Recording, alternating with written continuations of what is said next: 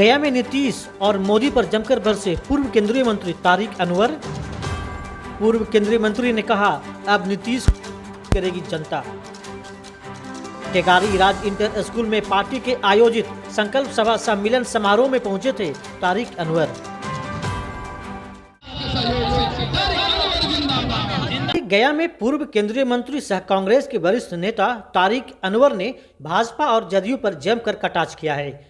एक और उन्होंने लोकसभा चुनाव में भाजपा की वापसी नहीं होने की बात कही। वहीं मुख्यमंत्री नीतीश कुमार पर कहा कि इस बार जनता उन्हें माफ नहीं करने वाली है, क्योंकि उन्होंने जो किया है उससे जनता काफी नाराज है। तारिक अनवर गया के टेकारी में अपने पार्टी के आयोजित संकल्प सभा सम्मेलन समारोह कार्यक्रम में पहुंचे थे। इसमें काफी संख्या में दूसरे दलों के नेता भी कांग्रेस में शामिल हुए। पूर्व केंद्रीय मंत्री सह कांग्रेस के वरिष्ठ नेता तारिक अनवर ने कहा कि लोकसभा चुनाव में भाजपा 370 सीटों का दावा कर रही है, वह उसकी घबराहट का परिचायक है।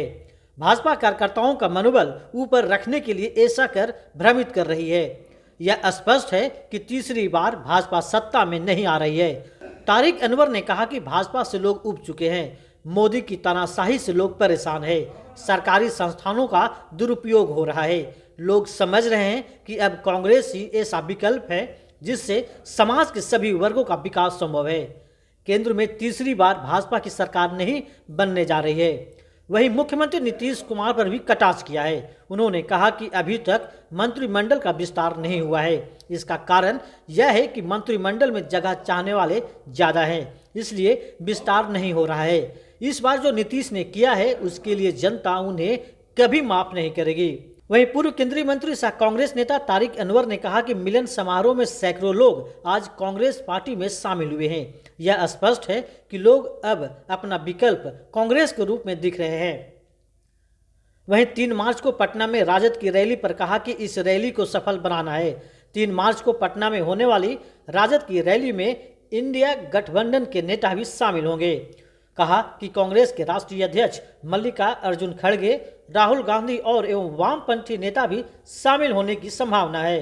दूसरी पार्टी से लोग कांग्रेस में शामिल हुए हैं और ये इस बात का संकेत है कि लोग धीरे धीरे चीजों को समझने लगे हैं। लोग इस बात को महसूस कर रहे हैं कि कांग्रेस ही एक ऐसी पार्टी है या इंडिया गठबंधन ही एक ऐसा गठबंधन है जिसके माध्यम से हम राज्य की समस्या हो या देश की समस्या हो उसका समाधान कर सकते हैं। भाजपा भी वादा कर रही है कि 370 अकेला और 400। ये उनकी घबराहट है।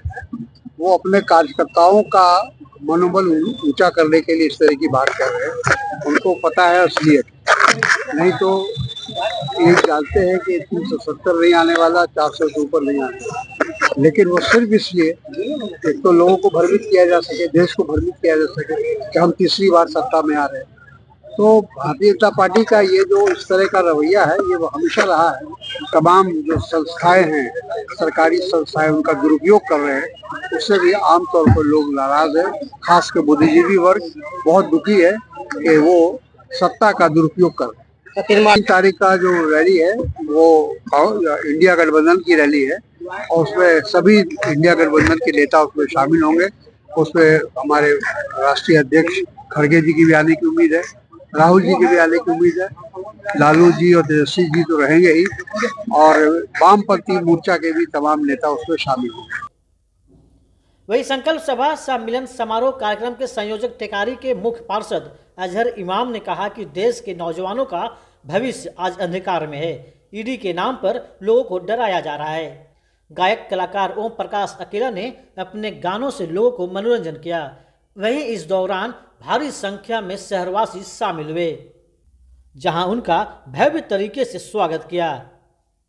उद्देश्य ये है कि अब चुनाव करीब है, लोकसभा और विधानसभा भी, तो हम लोग चुनाव के मद्देनज़र हम लोग ये ताकत दिखाना चाह रहे हैं कि हम लोग पीछे नहीं हैं, हर हाल में हम लोग आगे हैं और आगे लड़ने के लिए हम लोग तैयार हैं और हर हालात में हम लोग विधानसभा और लोकसभा जीतने के लिए हम लोग दावा कर रहे हैं और ये दोनों सीट हम लोग जीत करके दिखाने का दावा है मेरा और हम समझते हैं कि दोनों सीट इस बार निकलेंगे। कितने लोग पार्टी ज्वाइन किए? देखिए, ज्वाइन करने के लिए लगभग सैकड़ों लोग किए हैं। सबका नाम लिखना उचित नहीं है, लेकिन देर हो जाने से कुछ लोगों का जैसे भूख लग गया तो उसमें चले गए, लेकिन बहुत सारे लोगों ने ज्वाइन किया है और संख्या ये लगातार बढ़ती रहेगी। कई जो है नवनिर्वाचित पार्षद भी हैं, तो उप प्रमुख है, मुखिया है, पंचायत समिति, सारे लोगों ने कई पार्टियां जैसे भाजपा से भी लोग आकर के प्रदेश से संगठन उसमें भी लोग आकर के ज्वाइन किया है।